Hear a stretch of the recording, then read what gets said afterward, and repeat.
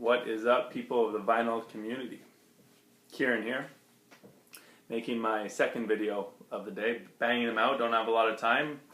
Gotta go pick up my girlfriend in a little bit at the airport, coming back from Cuba, where it is much warmer than here. Today it's about minus 20 Celsius, so for those of you in Australia, hope you're enjoying the warmth, and those of you who are also in the east coast of the US, Canada, I feel for you.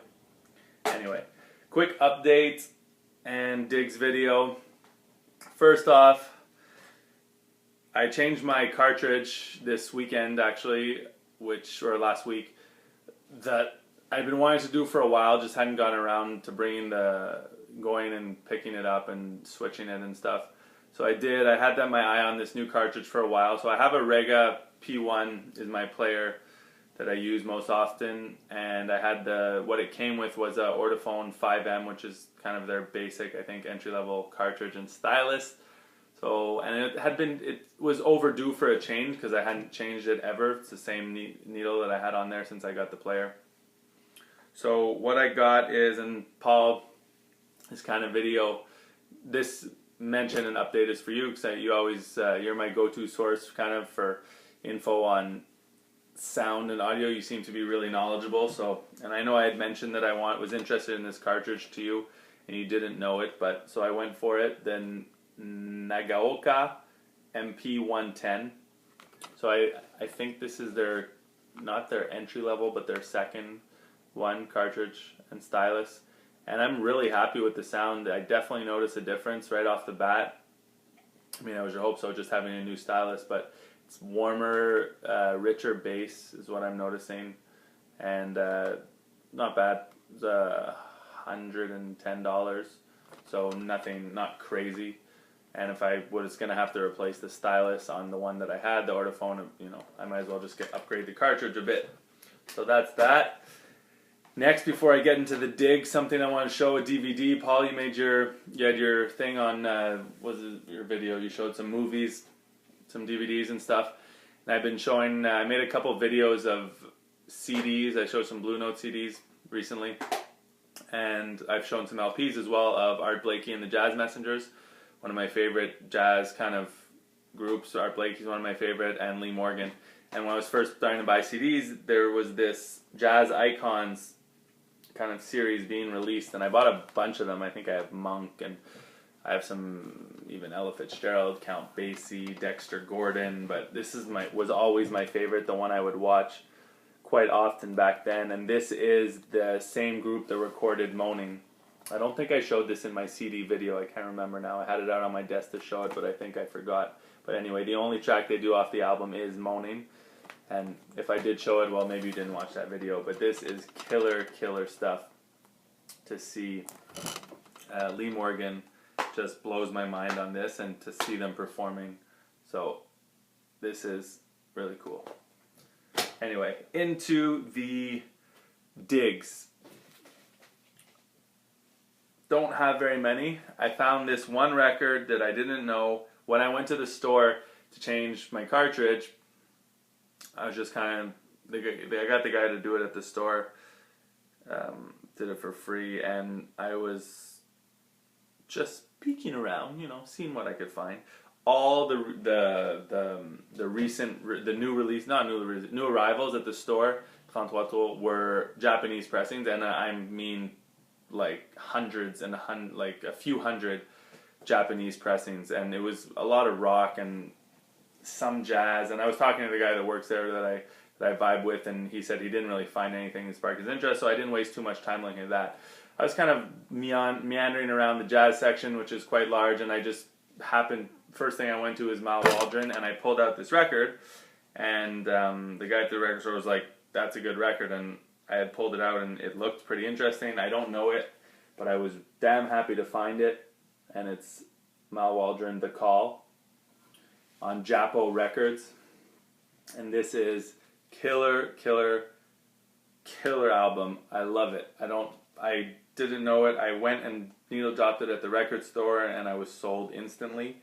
So Japo as a label I didn't know. This is what the record looks like. Unfortunately, that's the only thing. The record is in near mint condition as well as the cover. there's only this little, someone decided to sign it on that one side, but that's okay. I'm going to needle drop this for you quickly. Bear with me. What side do I want to give you guys? This is side 1 here. Be right back.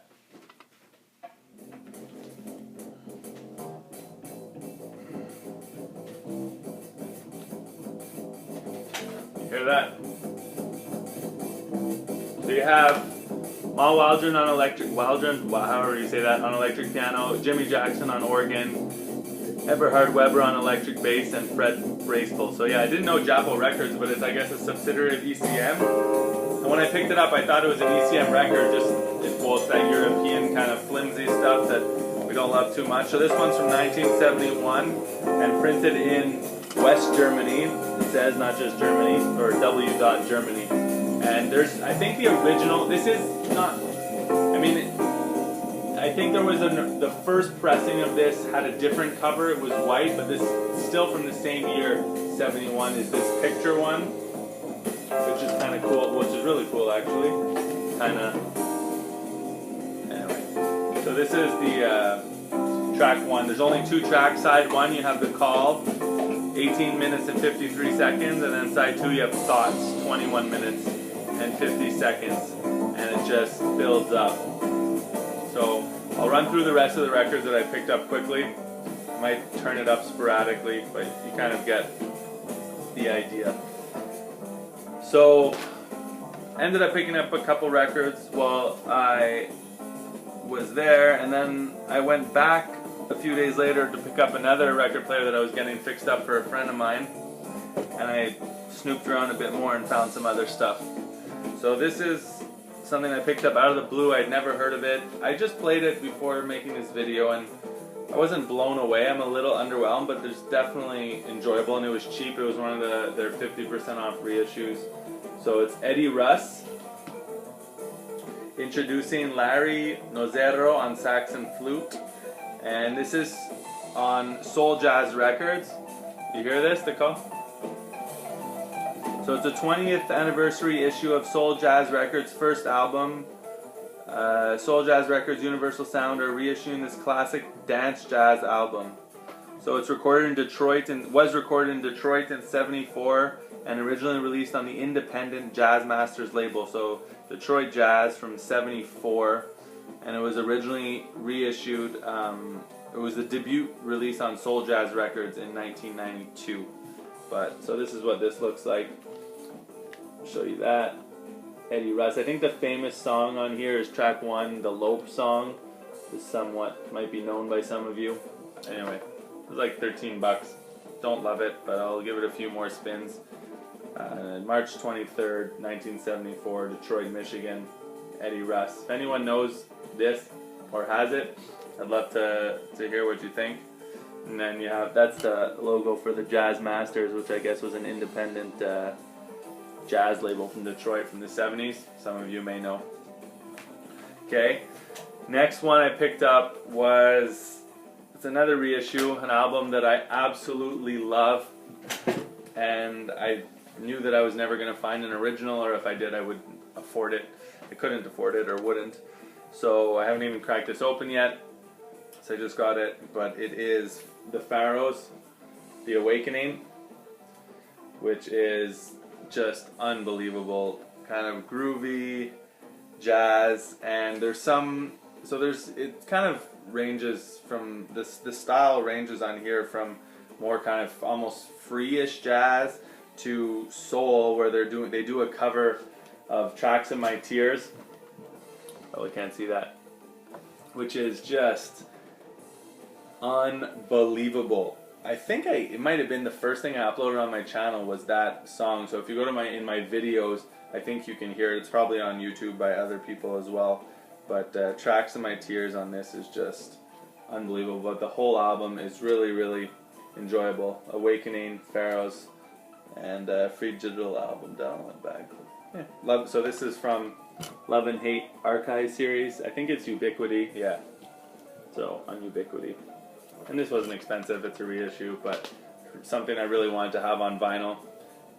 Definitely check this out on YouTube, and if you love it, pick it up. definitely well worth it. This is not a recent dig, but related to the Pharaohs. I've shown this in my, I think, Soul and Funk reissues video, but I thought I'd show it again. It is Durf Reclaw, so the reason I was going to show this again, because it's also on Ubiquity Jazz, and it is, he was a member of the Pharaohs. So, and it's described as beautiful spiritual jazz tracks featuring former members of Ramsey Lewis Band, Eddie Harris Group, and legendary 70s jazz funk ensemble The Pharaohs. So I'm assuming he was a member of Pharaoh. I don't know, it might have been someone else who plays on this record. But it includes 3 never before recorded Pharaohs groove tracks. And this is a double LP, and it's from 2000... I don't know what year this is from, but it's a recent one in the past 10 years. It might have been like just before 2010, I think. Oh wait, I lied. 1998. So, and this is double LP, and it's a mixed bag of stuff. There's some more kind of free jazz, there's some vocals even on here, and I really like some of the songs. Other ones don't really do much for me. It kind of keeps, from song to song, keeps changing the style, but there's definitely some beautiful music on here. So I don't know if you can find, the album's called From the Nile. If you can find that on YouTube or online, check it out. But it's kind of the same idea as the Pyramids. When I bought the Pyramids reissue, and I realized they had made a recent album, that if the artist is still alive and making music, it's good to support them. It's not just good to buy the old you know, rare ones where even if you're buying them used, the artist isn't getting any money. But if they're still making music that is good, it's good to support, right? So that's From the Nile. 2 more records that I picked up this weekend. This one I was very happy to find. I've been on a McCoy Tyner roll as of late, picking up whatever I find that's reasonably priced. And this one is one that I didn't know about because it's not a milestone. I've been kind of going through the milestone ones, but this is a Blue Note one, which if you know me at all, if you watch my videos, you know I love Blue Note. This is McCoy Tyner Extensions, and this is from 70, what year is it? Doesn't say. 1970. That's what I thought. So 1970, awesome cover, and the lineup on here is fire. So it's produced by Duke Pearson. Musicians, you have McCoy Tyner on piano, Alice Coltrane on harp, Wayne Shorter on tenor and soprano saxophone, Gary Bartz on alto saxophone, Ron Carter on acoustic bass, and Alvin Jones on drums. Woo! What do you think about that? You know it's going to be good. I haven't really spanned it yet, put it on quickly to test out the other record player I brought home for a friend, but the guy at the store told me it was good when I showed it to him. I trust him. I'm sure some of you guys know this. Killer lineup. Happy to add it to the collection. And this is, I don't know if it's an original, because if it says 1970, it would have been on Liberty, but it said original on here on the sticker, but it's a United Artists, which was after Liberty. But I don't know, I can't remember when it switched over to United Artists, when they bought it from Liberty. I know I can find out pretty easily. I just go on my London Jazz Collector. They have a little handy guide there on that blog for the Blue Note labels. And last one, again, shout out to Andrew, Champ Sound. This is one you had shown in your Basslines video, Basslines thread. And this is, I was really happy to find for really cheap. I got it for $6. And I was just, once again, kind of waiting at the record store and flipping through randomly Alice Coltrane, and boom, there it was.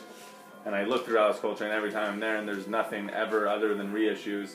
And this is Eternity. So for $6, I wasn't going to let that sit there.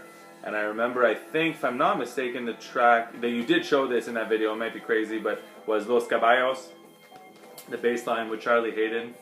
So you have, what are the songs on here? It's a bunch of different songs, but, oh, here we go, yeah. So you have, every song has kind of a whole different lineup of players on here, but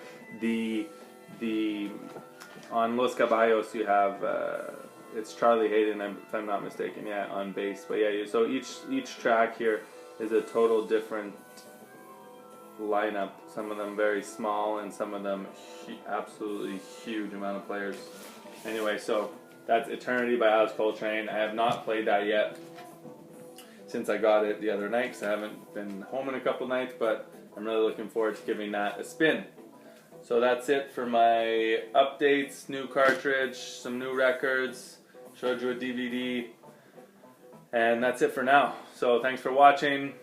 Please leave a comment, and if you haven't subscribed, hit the subscribe button down below or up above, wherever it is. Anyway, peace guys.